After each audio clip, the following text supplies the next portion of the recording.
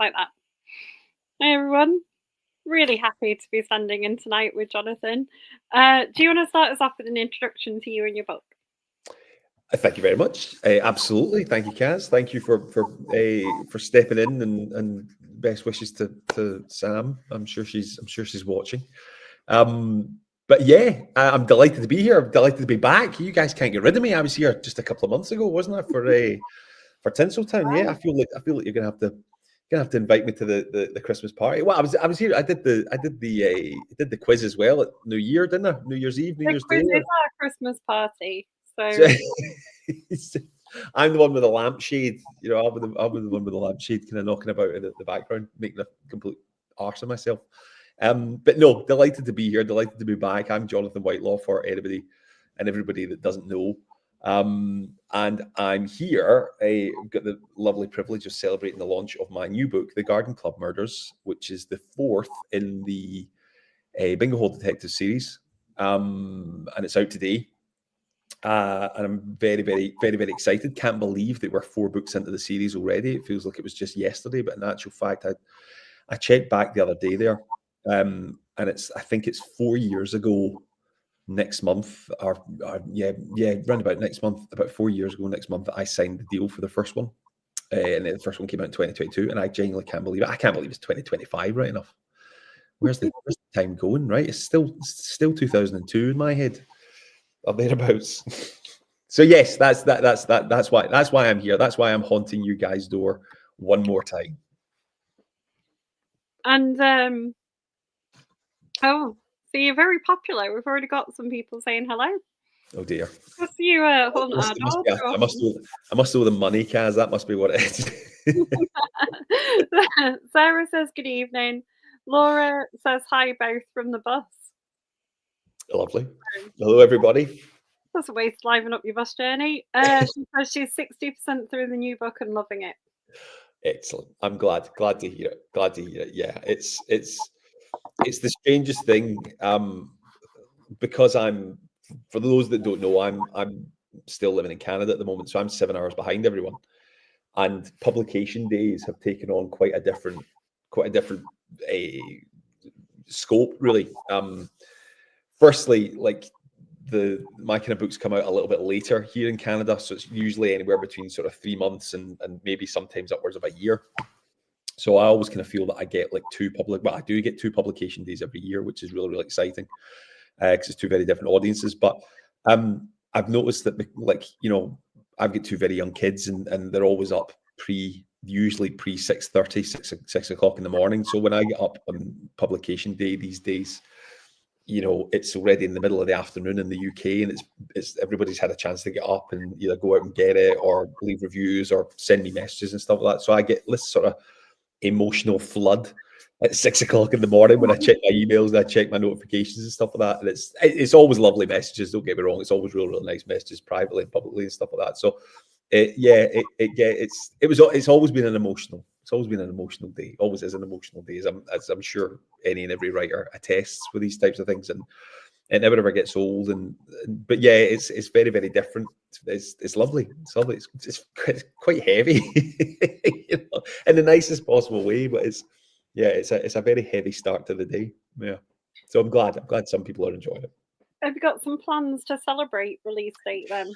Well, we had a couple of plans. A couple of plans that have been scuppered, but I've already been out to Costco this morning. I've already picked up a package from the UK. Very domestic. It's been a very, very domestic. This, of course, this is the big celebration for me. This has been being able to share an hour with you guys in the UK Crime Book Club is always a pleasure, and it's become something of a really quite a nice tradition, actually, particularly recently, to be able to do stuff on launch day here.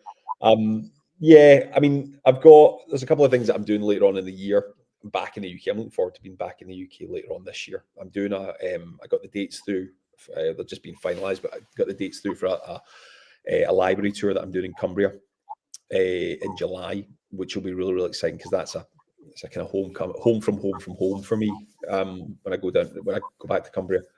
Because of course that's where the books are set and stuff like that. So it's the first time that I'm doing a sort of kind of library events.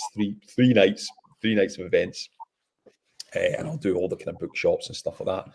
And that's the thing, when I kind of come back to the UK now, it's I'm never anchored to the one place like I was when I lived it. And I always maintain this. Like, I've seen more of the UK since I left it than I did in the 30 plus years that I spent living there, right? So it's the strangest thing. But I didn't get back last year just because, well, for various reasons. Some were kind of natural disasters, and the other ones were my wife being pregnant for the majority of the year. So it was a there was no UK trips back last year. I did a couple of things over here in Canada, but yeah, I'm really excited. I'm back a couple of times actually in 2025, so I'm really excited about that. Yeah.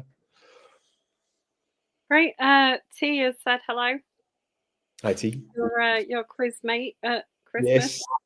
Yes, a fine opponent.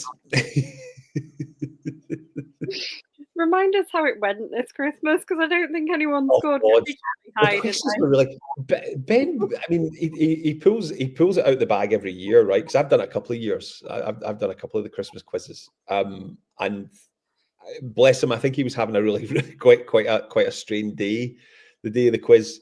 But the questions were really hard. I think do you know what? I was delighted that I got the question that I was the answer to. I was really pleased with that one, because that's always a worry, is that, and I think I said this at the time, but it's like, I don't know, I'm showing my age here, but there used to be that show on BBC Two, Never Mind the Buzzcocks, and it was a music show, and Mark Lamar was on it and stuff like that, Phil Jupitus. Then there was a round that they'd have like the celebrities do, where it was like, you know, what's the next lyric to the song? So you get loads and loads of them, and then inevitably they would do a song, what's the next lyric after this one, of one of the guests on the panel, and he never ever got it. And I like this makes me panic anytime I do the quiz or anything like that, is that I get quizzed on something that I've written and then I don't get it. But I was delighted to get it. I was delighted to get it at the Christmas quiz. Yeah, it was really hard. It was really hard, but really good fun as well, right? That's what Christmas is all about. Do you worry about that when we interview you as well, that we're going to quiz you about something you don't know the answer to? Always. So you guys are so, like, I mean, I'm thick as mince, as my late gran would say, but you guys aren't, and you guys are so well read and so, you know, elocuted and intelligent and stuff like that. I'm far from that, so I'm a nervous wreck. I don't think that's fair. T says she's going to beat you eventually at the quiz. Oh, listen, it's pure luck, right? And luck never lasts. Luck, your luck's got to run out sometime, right? So Sam asked you to do a reading, am I right? She did, yes. Yeah, I understand that you guys are trying to do a little bit more of this with the thing. So I'm delighted to do a reading. As we were talking off air, I don't have my author copies yet, because I live in Canada, and Canada Post is Canada Post, and so yeah, I got an email this morning from the lovely people at Harper North saying that they're on their way. So I am going to be incredibly rude and use my phone to do a reading from it. And as is always the case, this is going back to me being thick as mince. I just remembered there when I kind of brought it up before we came on air that the chapter title's in Latin, so I'm going to have to put my teeth back into to try and remember first year Latin from school, which was 100 million years ago, almost as old as Latin itself. So yes, I'm gonna read a little bit from the first chapter of the Garden Club Murders, just as a sort of setup. Like the book, it's the fourth of the series. It follows Amit and Jason, the amateur detectives from Penrith, mother-in-law, son-in-law duo. And, you know, at this point, we've had murderers, we've had serial killers, and this one's a little bit different. Namely, the kind of the hook is that there's a mild-mannered academic who's gone missing, and his business partner goes missing as well, and Jason and Amit are recruited in a roundabout sort of way to try and find him by the academic's wife, and from there it goes south very, very quickly, as you can imagine with these types of things. But that's the whole shtick, right? So I'll read you a little bit from chapter 1 here. So it's chapter 1, Funiculum Vulgare. There we go. That's all right, isn't it? That was okay, hopefully. Jason sat bolt upright. Going from sleeping soundly to wide awake in a matter of microseconds was bad. It always had been. Christmas mornings as a child had been the worst. When he'd finally been able to get some shut-eye, usually several hours after being sent to bed on Christmas Eve, He'd wake up in something more akin to panic rather than excitement. The sudden change in state brought on by the realization that it was finally Christmas morning always got the adrenaline flowing. And as Amita, his mother-in-law, liked to remind him, he was still a big kid at heart, despite supposedly being older and wiser. Tonight, however, it was different. No sleigh bells, no ho-ho-hos to wake him up. This time, it was something else, something sinister that had aroused him. He knew from the cold chill that pricked his skin. Jason looked around the bedroom. It was dark, yes, but unsettlingly so. The new blackout curtains he'd bought were working a little too well, in fact. The blazing sulphurous glow of the streetlight outside had ruined his sleep for decades. He'd finally taken action last month. Now, in an unexpected turn, he'd given himself a new problem, namely the pitch black obstacle course of the bedroom if he ever wanted to get up during the night. His shins were black and blue from bumping into things, and he'd sent a lamp and a glass of water flying in the past week alone. Simple solution would be to take down the curtains, but that would be a sign of defeat. They were staying forever, Jason was adamant, even if he ended up maimed and broken by the bedroom suite. He let his eyes adjust to the darkness. Slowly, the shapes and layout came back to him. He shook off the grogginess of sleep and listened carefully. There was nothing, only silence. It was after midnight. The whole house was still now, peaceful even, almost as if it was holding its breath. The children were likely sound asleep down the hall. No small person stood in the doorway asking for a drink or proclaiming a headache, and Radha was beside him, back turned to him, deep in slumber. So what had woken him? He'd been dead to the world, but through his sleep he knew he had heard possibly a thump, maybe even a crash. Had it come from outside? Were the neighbours making a late-night dash to the hospital for some awful emergency? Or was this them just getting home? Sunday morning before sunrise really wasn't the Bidmead style. In the 14 years that Jason had known them, he'd never seen his neighbour Patrick without a shirt and tie on. Even when he cut the grass, which he did with military precision once the season started. It put their own straggling front lawn to shame. No, this was something altogether different. It was something suspicious. Jason flung the duvet back. He half hoped the movement might stir his wife. Two heads were better than one after all. Radha didn't budge. Jason cursed a little. He envied his wife's ability to sleep soundly through almost any noise from outdoors, and yet she was up like a coiled spring as soon as one of the kids coughed, sneezed, or even hiccuped in the night. Jason slipped out of bed. Carefully making his way to the door, he crept into the hallway. It was just as dark out there. All the bedroom doors were closed. He lingered for a moment, standing in the silence like an unearthed Roman statue. He was beginning to think his imagination was playing tricks on him, that there had been no sound at all. Then he heard it again. A bump, dull and quick, but definitely there. And that's all you're getting. There we go. How that turns out, you'll just have to read it for yourselves. Given it's the first chapter. I want to know where you went to school that did Latin. Oh God, yeah. I went to Hutchison's Grammar School, which is that's where they thrashed out my Glaswegian accent over the course of sort of a decade and a half. We used to have this. There was a primary school and secondary school, and the primary school was looked after by Mrs. McKee, who I think is still alive from what I gather. I think she's retired now, but she was like this sort of incredibly strict, ferocious, but also quite nice headmistress. And her husband was Mr. McKee, who was a classics teacher in the secondary school, and he looked like death warmed up. And he used to drive this really, really old car, and he drove like a maniac. And he would speed through the bus bays in the school grounds at the secondary school, and while kids were kind of walking, walking to and forth trying to get to class and things, and everybody was terrified of him. And there was another couple of Latin teachers as well. I hated it. I didn't, as you guys know, I struggle with English, let alone any other sort of language. So it was gobbledygook to me, but it was really nice to be able to go back in a sort of leisurely sense to come up with the chapter titles for this one. I'm not going to give too much away about that because there is an Easter egg. There's a long-term reader or long-time readers for the Bingo Hall Detectives will know that the chapter titles all often contain an Easter egg throughout the book, and it's always good fun. I always have some very, very interesting conversations with my editor at Harper North about what we're going to do for the next one. And at times it feels like we've made a rod for our own back, but a lot of readers seem to enjoy them. And actually it's quite fun when we kind of nail it. So I'm not going to say any more about the Latin chapter titles, but they are throughout it, and there is a little Easter egg to decipher if you fancy even more mystery about one mystery wasn't enough, right? I think you have to lose your mince for brains comment though, considering I went to a school that didn't do Latin. I never said I was very good at it. Being in class and being good at it are two completely different things, Kaz. And I was very much just in class, barely. Yeah. You're still doing better than me with school. I was very rarely in class. Oh, I've got a litany of teachers that would attest that I probably shouldn't have been in class as often as I was. We'll leave that. I don't want to say that too loudly for my kids to hear, because I've got to set a much better example. My wife's the academic one. She was incredibly academic, and thankfully all the signs are that Henry and Benjamin have taken after her, and not their old man who's academically challenged.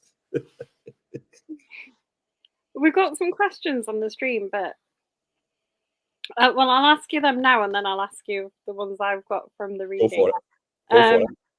So T wants to know if you'll use your experiences in Canada in your next book. Well, I can't say an awful lot about that, but yes. So there's something cooking at the moment that I did towards the tail end of 2024. I might have even mentioned it actually at Christmas when we were talking about Tinseltown, but I'm not allowed to say too much about it. It's very, very exciting though, but it's something a bit more sort of Canadian set, which has been really, really exciting. I mean, the thing is, it's like I don't know.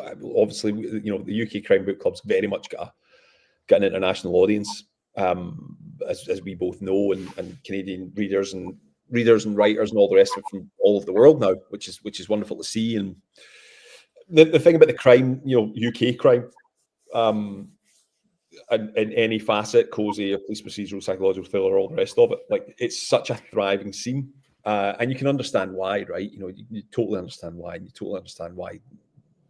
There's no end to the inspiration and what great writers are doing and stuff like that.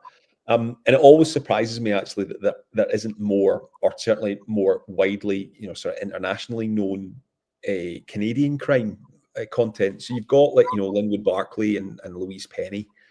They're predominantly Canadian writers. Well, they are Canadian writers, but they predominantly write outside of Canada. But they've got loads and loads of stuff. So I think that I haven't read everything that they've done, but they're the sort of two standout thrillery, mystery, crimey writers that come from Canada. But it amazes me that there isn't more of almost like a domestic scene, because it's culturally it's very, very similar to the UK in lots of ways. There's lots of kind of similarities to the US as well, and obviously there's a huge US mystery and crime market. But particularly Western Canada, like where we stay, we're in Alberta, so we're one province. We're one province over from the Pacific coast, and you can drive for miles. Like we're moving down to Calgary in a couple of weeks, and the drive from where we stay just now down there is 7 hours. So it's the same as the equivalent of like driving from Glasgow down to London. But when you drive from Glasgow down to London, you pass through obviously Cumbria, Penrith, Carlisle. And then you're going, depending on what route you go, you can go through Manchester and Birmingham and Leeds and Sheffield and Liverpool down on the coast, and then the Midlands, Birmingham and Leicester, and and everywhere in between, and then you get to London. Whereas here, I've got a 2.5 hour drive from when we leave this city to our stop off to fuel up, and there's nothing, right? There's literally nothing on that 2.5 hour drive. It's endless countryside, barring the odd, little settlement, but certainly nothing on the scale of what you get in the UK. And then you do another 90 minutes to get to Edmonton, which is one of the bigger cities in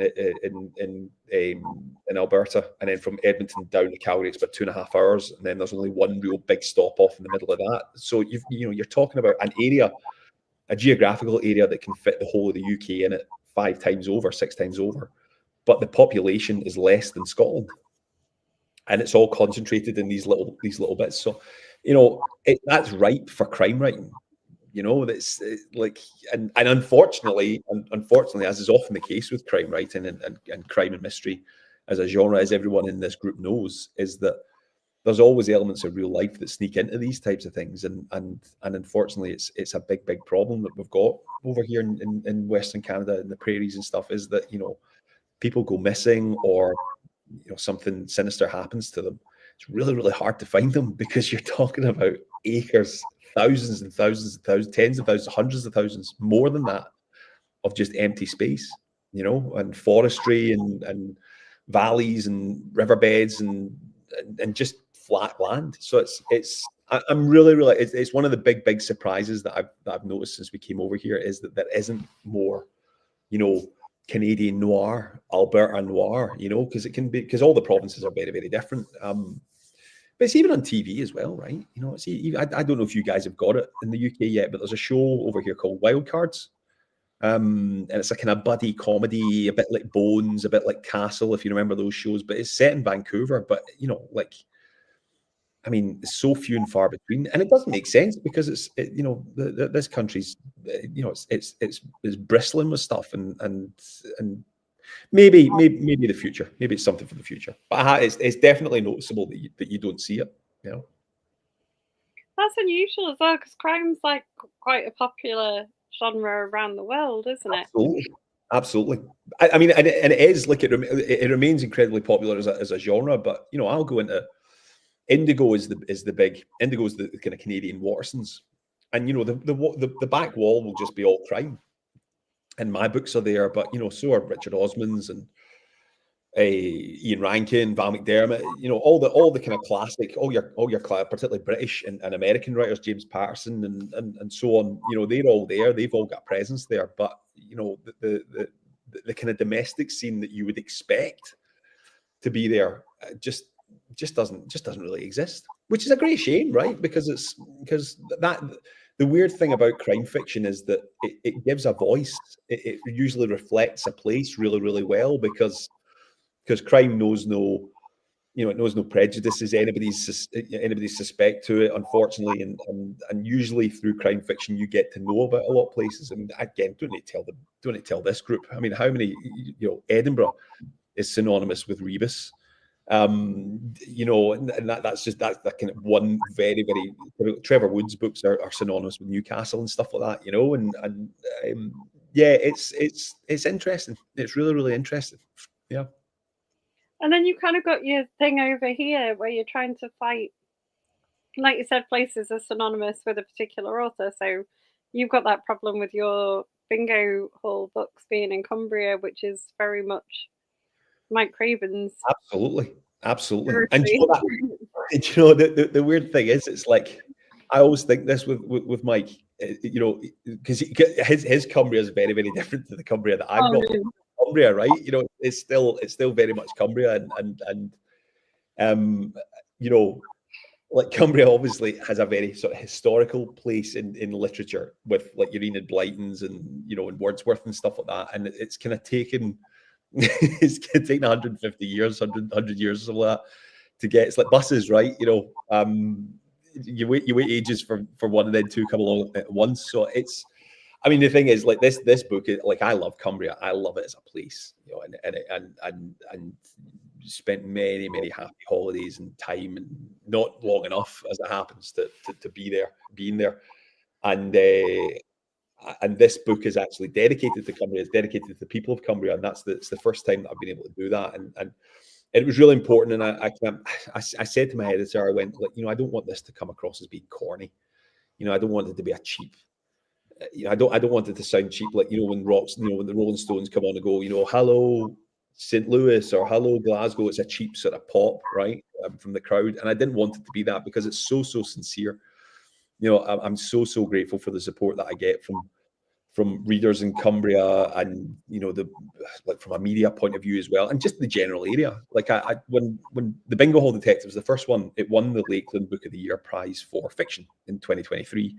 And I went to collect I didn't know I was going to win it. I had to, you know, I didn't know until they opened the envelope, obviously. I was at the ceremony with my editor, and I said in my speech, I was really nervous. I was incredibly nervous.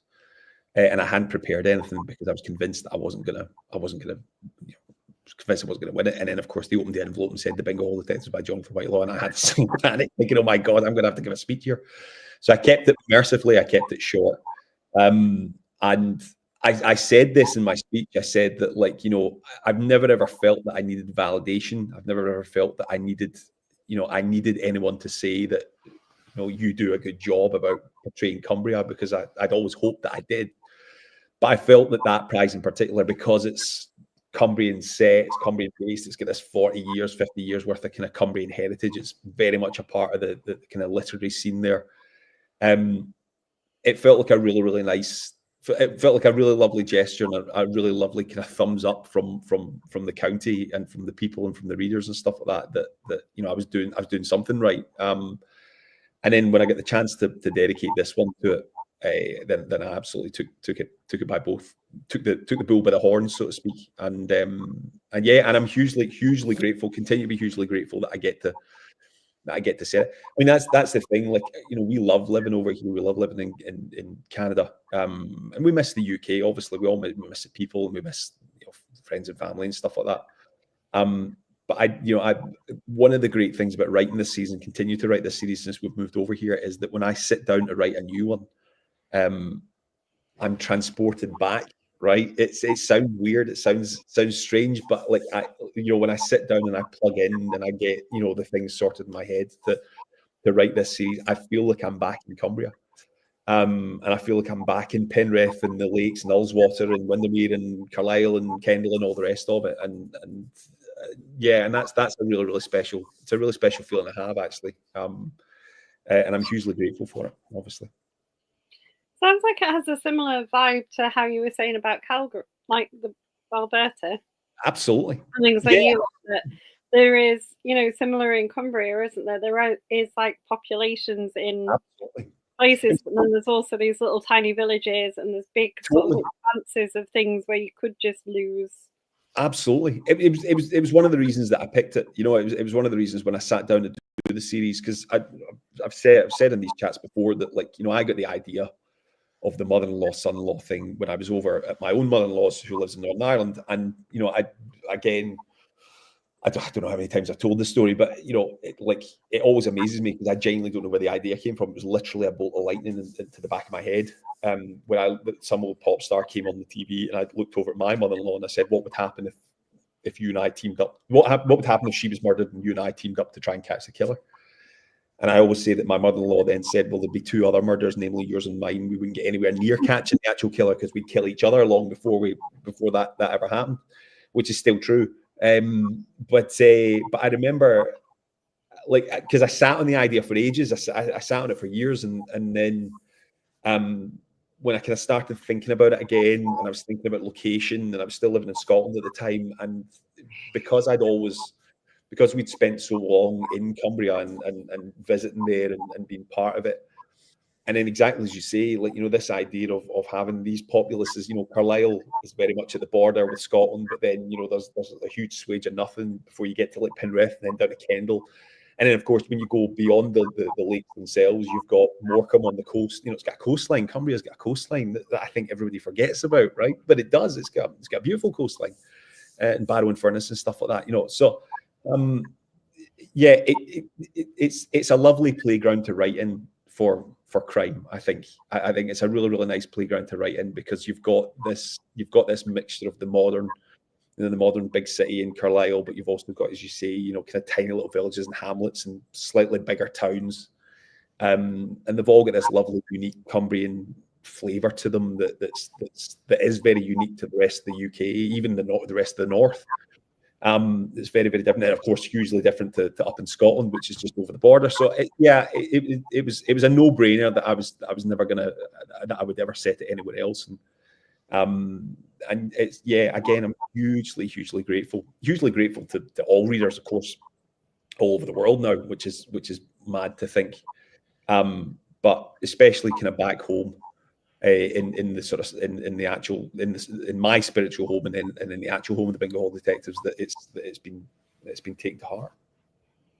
How important is that then, do you think, to an author getting that location right? Because some people just make up like Yeah. a fictional location, and you seem very driven by having it set in a real Yeah. place with real. It's interesting. It's a really good question, Kaz, because like I do a lot of teaching over here, specifically crime writing, crime fiction. And I always say this, like, you know, your location for crime fiction, location for any writing is massively important. But I always think, and I'm maybe a little biased because I'm a crime writer, but I think like the location for crime fiction in particular is incredibly important because it dictates everything, right? You know, it dictates absolutely everything. The example I use is, you know, if you decide, if you're starting out, if you're an aspiring writer and you want to write a crime story and you decide that you're going to set it in like, you know, a tiny village of 200 people, you know, what's the police force like there, right? You know, the resources that the local police force aren't going to be the same as they would be if it's in London where there's, you know, whatever, 20 million people living in it. So that's going to dictate the investigation, whether you're, you know, your lead character is the detective or they're an amateur detective. That's going to dictate what the resources they can put into catching it, and that's given the chance for the killer to go and get away. You know, so and that all stems from location, right? It's like, you know, making that decision from the off. It's almost, you know, arguably you could make the argument that it's maybe even more important than who your characters are, because where you set it, it has to be deliberate, you know, because it's going to affect every element of the story. Exactly as we said there, right? You know, you somewhere like Cumbria, you've got rolling hills and valleys and lakes and huge bits of countryside that are kind of pretty much untouched. And that makes it really difficult to find, particularly in this book, someone who's gone missing, unfortunately, right? And that's the same in real life. Again, hugely unfortunately, that's the same in real life. So that, you know, that means that someone's not going to get found right away, potentially, and that gives you time. That, you know, that gives the investigation time to breathe and stuff like that, if you're from a narrative point of view. So it's really, really, really important. I think I think it depends on the story as well, right? You know, I think for the Bingo Hall Detectives, because there's a lot of humor, because it's cozy and there's a lot of humor in it. Hopefully it's humorous. I mean, I can try making humorous, but hopefully, you know, you're never allowed to say that it is. But you know, I think that there's a very, very kind of distinct Cumbrian culture that's different and similar to wider parts of the UK, and a lot of that can be used for comic effect, that you might not get in, you know, in other places, and kind of adding to that locality to it, adding that kind of local flavor to it it really helps me with doing this series, doing these characters. I mean, the thing is, you know, you can always make stuff like, you know, you've always got the opportunity to make stuff up. If you need to have one road go left instead of going right, you know, there's always that creative element of it. It's creative poetic licenses, as they say. The thing about kind of making it up, you know, starting from scratch and making a place up, making a location, is that you've got to describe everything, right? You've got to build it from the ground up. It's a bit like sci-fi in that respect. You know, I always say that when I'm doing creative writing classes, is that, you know, everyone knows what a knife and fork looks like in 2025, but what's a knife and fork look like on Mars in the 52nd century? Or, and again, historical fiction. David Bishop, DV Bishop, I know is one of the prominent members of this group. Wonderful writer, award-winning writer. He gave me a lovely quote, that gave me a lovely blurb for this book, in fact. You know, he always says that when he's writing his historical crime novels, he's got to describe, you know, what kind of trousers did people wear back then, because they're different, right? And we don't all know it. So you're building this from the ground up. And you've got to do the same, even if it's 2025, that you're setting this you know, this small town that you've made up, or city, or what have you. You know, you've still got to describe what the roads are like, how tall are the buildings, does it have a cemetery, does it have a police station with prison cells in it, stuff like that. You've got to do all of that stuff. So while you've got the creativity of having anything that you want in it, you've also got to spend quite a bit of time making sure that the reader knows that. I mean, I grew up in Glasgow when Taggart was on, and you know, people from Glasgow and Scotland only watch Taggart so that they can point at the screen and go, "Look, that's that place. That's 2 minutes around the corner from my work. That's, you know, my school's only up the road from there." and you don't appreciate in a strange way it means that Scottish people kind of don't appreciate the show for how good a show it is, because we spent our whole time pointing out places that we knew, and then the continuity that if the characters took a right down that road, when in actual fact it's a one way, you can't, so like I think a lot of people like to see their own locations in fiction, whether it's TV or literature, and being able to point to, and I've had readers say that to me about the Penrith in the Bingo Hall Detectives, and the Musgrave Monument, which is right in the centre of the town with the big clock tower and stuff.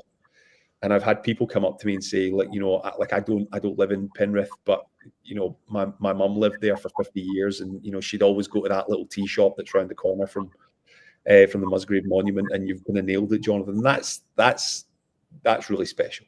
It's really, really special to hear.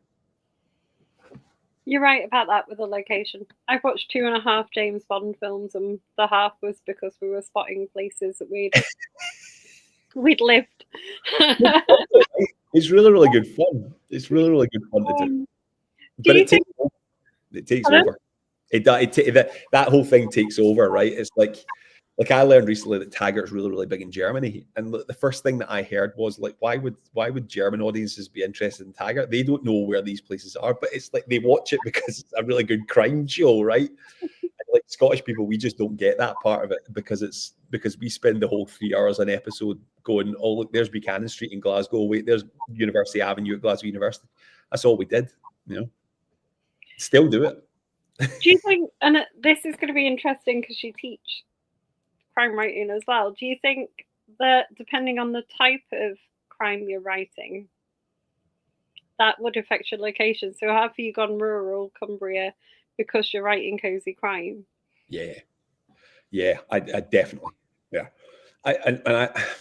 I'm always at pains when I do these classes. In fact, I've got doing the last diet of them tonight, actually, because it's Canadian. It's a Canadian institution that I do them for. And I always say these things by going, if you can make it work, then do it. I never try and talk any of the students out of trying something that's maybe a little bit, less conventional, because that's where the creativity comes in. And if you can do things fine, it's like classic one is, I always say, when I'm talking about the differences between, say, cozy crime and a police procedural, is that, in cozy crime, usually your detectives are amateurs and they're not cops. But of course, MC Beaton's Hamish Macbeth series, Hamish Macbeth's a cop, right? And that's as cozy as you can get. Slightly different though, because the location of it is a very remote little village, and Hamish, for those who aren't familiar with the series, he more kind of affiliates himself with the villagers than he does with the law, right? So that's why that works, even though he's a cop.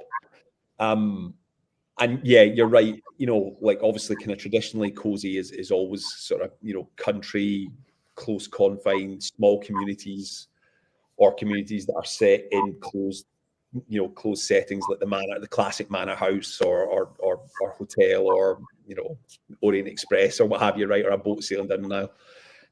So yeah, it does kind of lend itself quite well. But then, particularly with cozy, and everyone in this group knows this, we're living in this wonderful contemporary age for cozy, where all your classic conventions have been thrown out the window, and you don't have to stick to these types of things. There's loads and loads of cozies that aren't set in country towns and rural settings and stuff like that. Far from it, and that's good. That is good for the genre, because it means it re-injects life into it, which it needs. Every genre needs that every now and then, and it keeps it fresh. But it's something that I always try and encourage kind of aspiring writers and people that are working on their manuscripts to think about. Think about the location. Why have you said it here? Why have you said it in a big city? Have you said it in a big city just because you know it? That's fine. That's okay. But be aware that that's why you've done it. But also know that big city settings come with transport problems and big police forces, and the bigger the police force, the more competent you hope that it is, and the harder it is for the baddie to get away with it, to kill her to get away with it.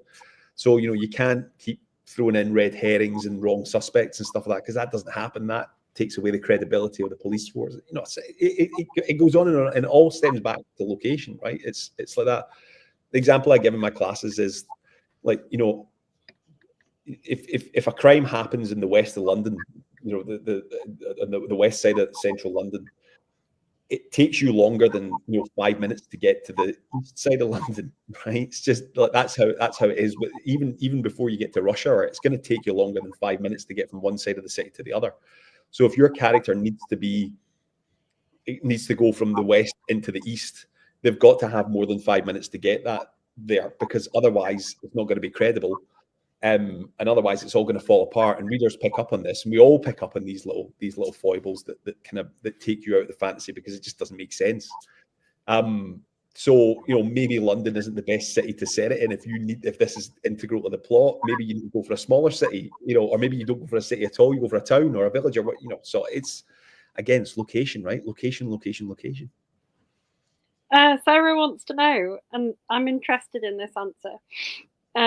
If you have any actors in mind if your books were to be televised. Oh, blimey. So it's a good question. It's a great question.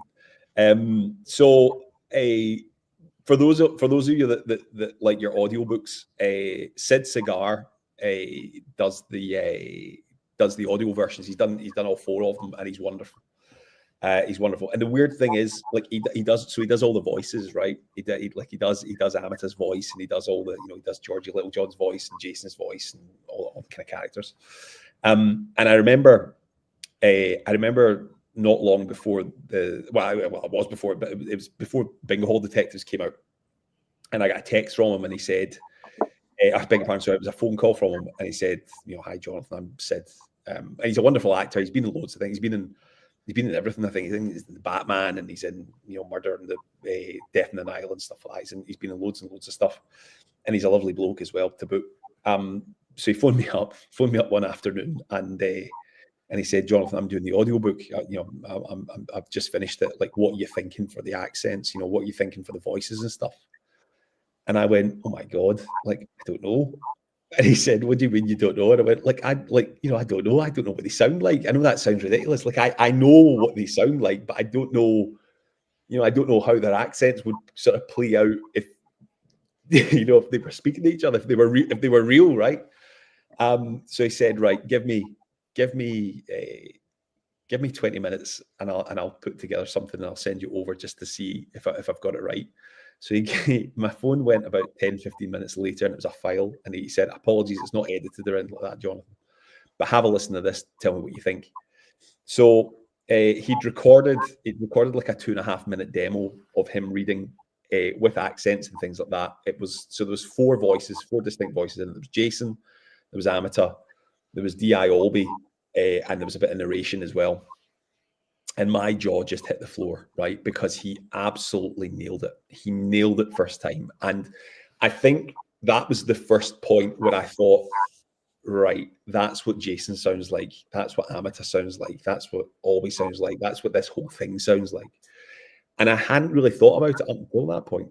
And I hadn't really kind of, it hadn't really crossed my mind as to who was who they look like, or who they sound like, or who they are, other than just like being in here.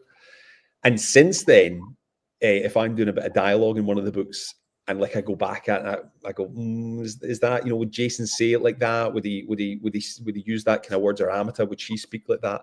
I can hear Sid's narration and Sid's version of these characters in my head. And then when I play it through, when I run the new dialogue through that part, then I usually get a much better steer as to whether it's going to work or not.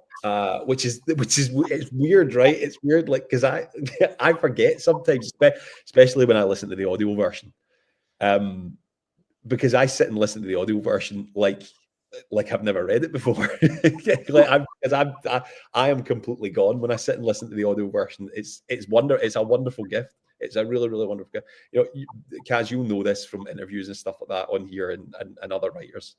We get to that stage where we've read the book so many times, we know it back to front, and we just, we want to move on from it and stuff like that. But I'm really, really lucky that Sid does such a wonderful job with the audio versions that I get to sit down and, like, honest. I promise you, I'm not being. There's no hyperbole when I say this, but there have been times where I've sat and listened to the Bingo Hall Detectives books his narration and the different voices and stuff. And I've genuinely not known what's coming next, which is ridiculous, right? Because it's not changed. It's not changed at all. It's a straight narration from what I've written. But I'll get till at the end of chapters and stuff and go, oh my God, what's gonna happen next? And then it unfolds, and I go, "Oh yeah, that's right. That was when I had to, I had to move these things around." What a wonderful gift it is, and Sid, bless him, he does such a wonderful job every single time. And I've not heard this one. This is a little treat. Maybe that'll be my little publication day treat to myself later on when everyone's gone to bed. Is that I'll start listening to Sid's version of this. I always say this though. I always joke about this, and I have done for years now. Is that the best bits of the Vingerhold detectives are the parts that I don't do. So the audiobook narration, the titles, the chapter titles and stuff like that. It's always somebody else. It's always my wonderful editor, my agent, or whoever. Yeah, I'm just the dope in the suit.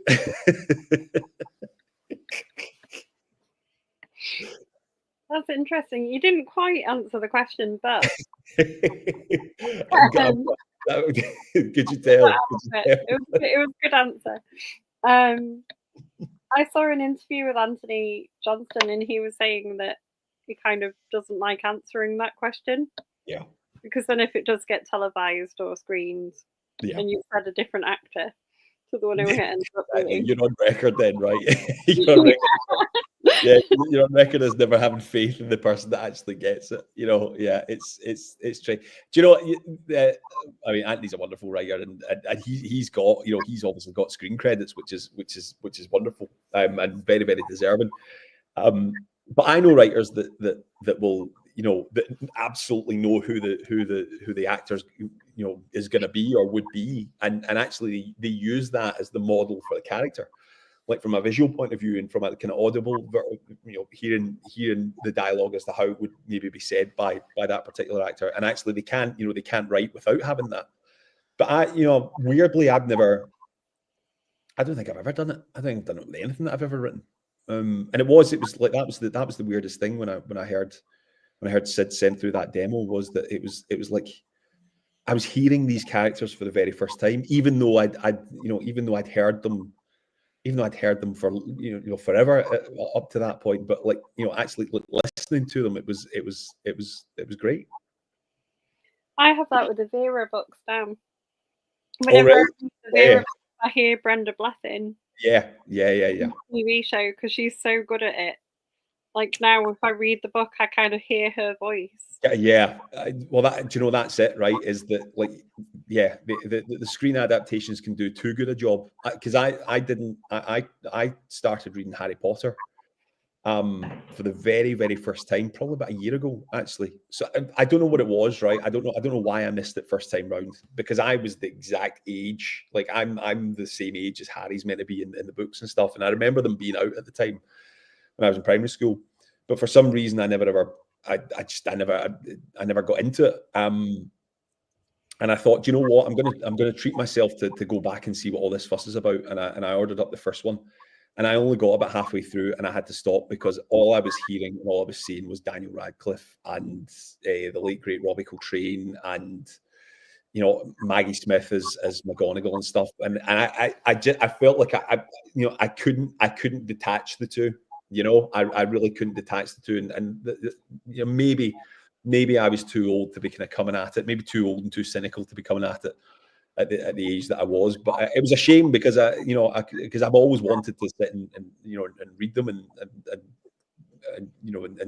genuinely see what all the fuss is around. But I just couldn't do it. I had to give up. I had to stop because I just felt like I was sitting watching the film, and it was a shame. It's a great shame because you want to enjoy the literary version of it. But again, that Vera example is really, really good because Brenda Blethyn did such a wonderful job, such an iconic job of doing that character. So sometimes it works, right? Sometimes it's for the better. Stephen Fry does a wonderful audio version of Harry Potter. Well, the Harry Potter films, yeah, and he does the audio version of his Greek myths retelling, which I love, absolutely adore. There's 4 of them now. but he wrote them as well. So it's, you know, you like, again, without kind of listening to the audio versions, when you read those like Mythos and Heroes and Troy and the Odyssey, you hear him narrate it, right? You know, it's very much his voice in your head as you read the stuff. But it's weird how the mind plays tricks on you, isn't it? They're very, very different beasts, the audiobooks and in TV versions and film versions to the source material. Yeah, it's interesting. You also make me feel very old because I was very not at primary school when Harry Potter Oh came. no, not at all. Well, it makes you feel any better. I feel about 200 years old, but that's just me. I also look 300 years old, so Well, I got told this week that I have handwriting like a T-Rex. I like that one. That's a good one. Yeah, been I there. know. I'm keeping it as a. I was like, I'm down with that. Yeah, it's a good one. True though. Listen, it's true. I'm exhausted. I'm exhausted with this year, and it's only the 13th of February. There we go. Donna said, "Hello, lovely human." Oh, hello, Donna. You're equally, if not a more lovelier human, as everyone is. What did you have to do a lot of research about bingo for this book? So I was caught out recently. I was caught out recently by none other than Vasim Khan, who I was on his podcast a couple of weeks ago, and he'd prepared all these questions about bingo, and I didn't know the answers to them. Quite frankly, he was like, "No, where did the term come from? Where did when was the term first used for bingo?" So apparently, it's an American term. And it was I can't remember what originally you had to call out when you go bingo, if you've got like a line or a house or what have you. But bingo was used, I think, accidentally or something like that in the States, and then it stuck and it became a brand name and stuff like that. I grew up with bingo, right? My late departed gran was an addict. Was literally a bingo addict, like any game going all week. Or any day, all day, every day, she'd be at it. The big game, big game ones, the big, huge, mega fortune ones at the weekends. But like, she'd have local clubs that she'd go to. No night could go by without her being able to find a bingo game somewhere. So my brother and I would stay with her like in summer holidays, or whenever, like bank holidays or something like that. And like, she used to take us. And this was the 1990s, and there weren't any smoking bans indoors. So there used to be this little clubhouse. She lived in a really, really tall block of flats in Glasgow, but it had like a sort of social club room in the bottom of it. Now this thing didn't have any windows, right? This thing was like a nuclear bunker. No ventilation, no windows, and we used to go down there on like a Thursday night, Friday night, whatever it was, and you would open up the door to this place, and I kid you not, the smoke would move out like a curtain. Cigarette smoke, because there'd be 30 odd pensioners in there smoking away, chain smoking for 2 hours, and you'd have to sift through it. You'd have to swim through the sort of pea soup to get to your chair. And of course, my brother's 8 years younger than me, so he was maybe 4 and I was 12. And we're in this room. We used to go home. My mother would take our clothes out of the bag, and they get put straight in the wash because they would be reeking of smoke, right? There's a joke that we tell. I think it's from Only Fools and Horses, that there's more lead inside us than a butcher's pencil because of all the smoke and stuff. So we used to sit there and I'd see all these people, right? See all the characters that are in the bingo hall detectives. They're all, some more loose than others, are based on people that I grew up with. And it would be really, really fierce. My gran used to take it so seriously. Oh, she used to. I mean, it was even as a youngster watching it, I think you're taking this a bit too seriously, Gran. That it's only a game here. You're only playing for a couple of quid. But she was very. It was an athletic endeavor for my gran to sit down and play bingo. But the other side of it is obviously that it was incredibly social, right? And for a lot of the men and women that were part of that group, like, it was their only outlet for a social life. Like, they weren't, for various reasons, whether it was health or whether it was age or whatever. It was the only time that I think a lot of them got out of the house and got to go and see and sometimes interact with people. My gran was very lucky that we were obviously very close to her and stuff, and we would see her all the time. And But there was plenty of older people that went to those games that, you know, were effectively shut in. And if the bingo wasn't on, because it would take breaks over Christmas, right? Like that would be it. They just wouldn't be out. They wouldn't see anybody for the 2-3 weeks over Christmas, and then you would see them back at the first game and stuff. So, bingo. And bingo's, I mean, there's sexy bingo now, right? There's there's all the kind of play ojo and stuff like that. It's become like this whole kind of glamorous, thing that actual young people younger than me take part in now online. But back then, you had to be in the room. You had to be, you had to get your physical card, and you had to get your blotters and stuff like that. And like it or loathe it or whatever. It obviously had a profound impact on me. And when I was kind of coming up with the initial idea, obviously, it's a mother-in-law, son-in-law relationship with Jason and Amita. But Amita is the type of person that if there's any committee going, she's part of it, whether it's the WI or it's the bingo club or it's whatever, she's part of it. And I think the bingo is what brings them all together. And they always turn up to the bingo, right? It's the place for the gossip. It's a place to go and get your information, and it's where they all go to. So yeah, that kind of sense of community was always beamed through from when we were doing the bingo stuff, and yeah, and it just seemed right. It just seemed right. I don't think I've ever played a game of bingo. What a dreadful revelation! What a dreadful admission that is. That's quite an admission, isn't it? Right. I wasn't allowed. That was the thing. I wasn't allowed to. Right. I wasn't allowed to back then because it's gambling. Right. You had to be over 18. Like that was another thing. Like money was changing hands all the time at these things. It was incredible. It was like Wall Street.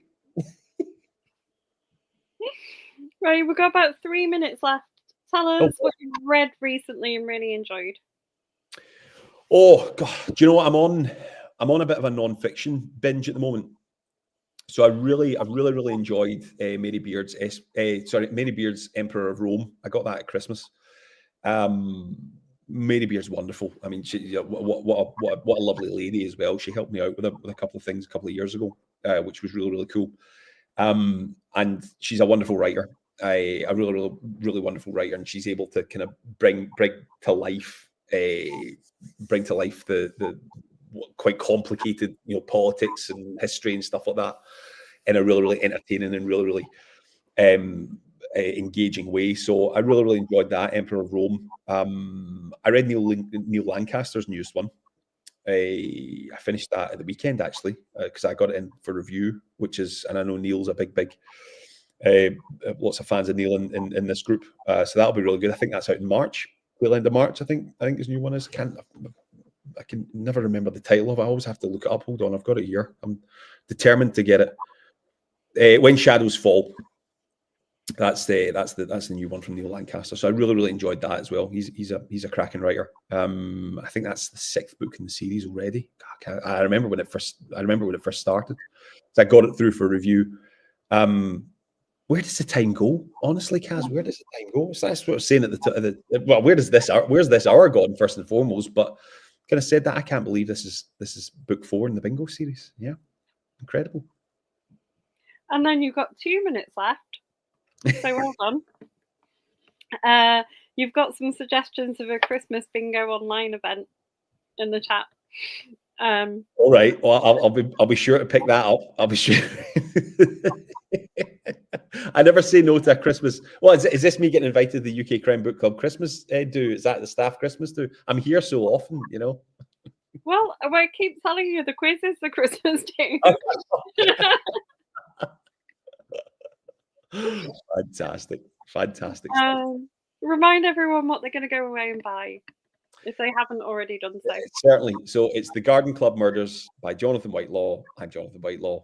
I know it's a bit late for introductions, but yeah, The Garden Club Murders, and it's the 4th in the Bingo Hall Detective series, and it is available now. It is a lovely purple cover. This covers for this one's purple. I've been really lucky with all the covers actually. But we were all particularly pleased when the kind of draft came through for this one. That it's a lovely plum color. So there we go. My mother-in-law's favorite color, as it happens, purple. So I wonder if she's had a word in the ear of the editors, not told me. I wouldn't put it past her.